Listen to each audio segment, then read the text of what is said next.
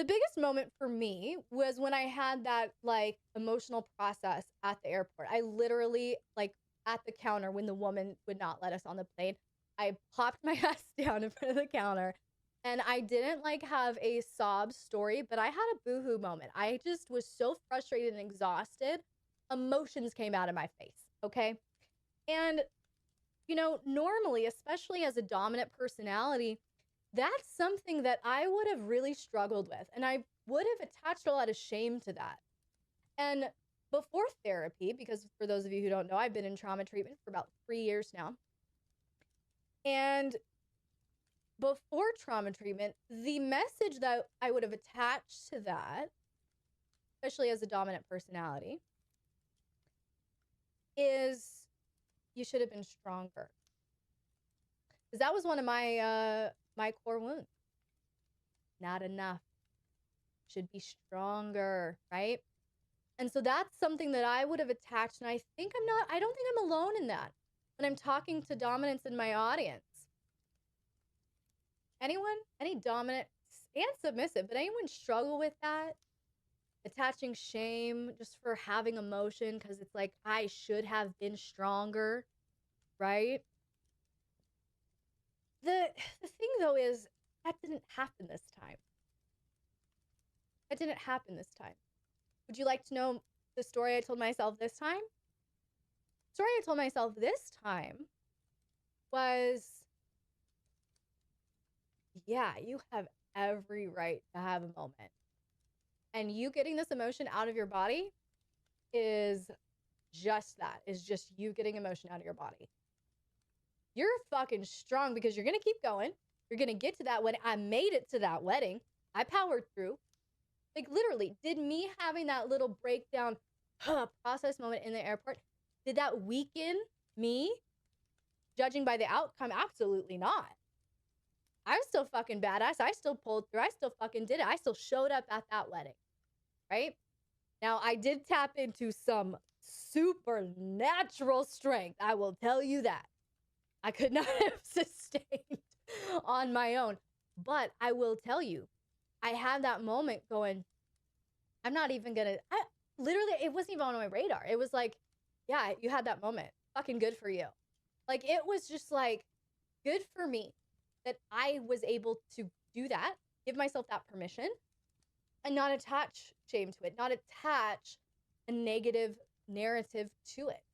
And so I just want to encourage you. I think a lot of times dominants specifically, look at how I'm tying this together. Are you ready to be impressed? I think a lot of times dominants specifically, and we see this kind of mentality in movies like The Secretary, for instance, where domination is viewed as the excuse to hide behind this veil of coldness, lack of feeling, right? And that's kind of what makes you dominant, right? Is you don't have emotion and you're in control of your emotions all the time. And you kind of have this aloof, sexy, mysterious presence about you. And there are absolutely merits to that and absolutely moments to embrace that energy can be super, super effective.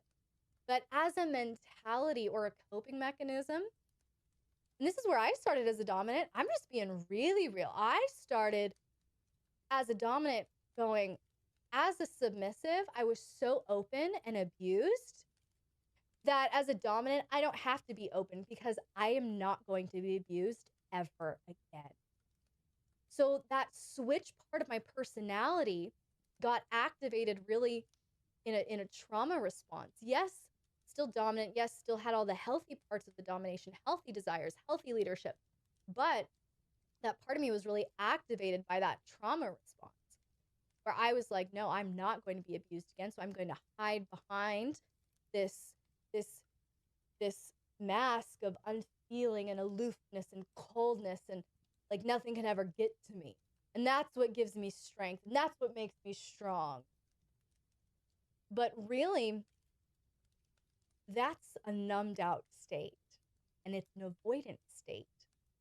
And so I think if we attach that kind of dominant equals a good dominant, or that kind of dominant is the only kind of dominant that is possible, or that's the end all be all, that's the goal, I think that's a really, really destructive and quite limiting way to look at domination and leadership.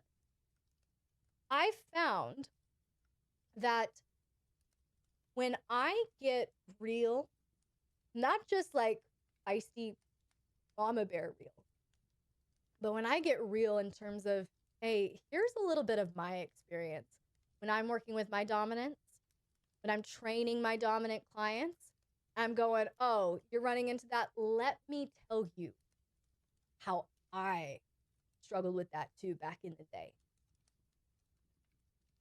Allowing my clients, submissives, to hear me laugh, to hear me express emotion, has allowed me to tap into a deeper and more profound level of authority, confidence, and domination than I ever had when I had that mentality that I needed to be cold to not be abused. Because really, think about what that is. I'm going to be cold and guarded to not be abused. AKA, I'm going to put up a wall, I'm going to hide, I'm going to run, flight, trauma response, fight, flight. I'm going to flight, I'm going to hide, I'm going to avoid because I'm afraid.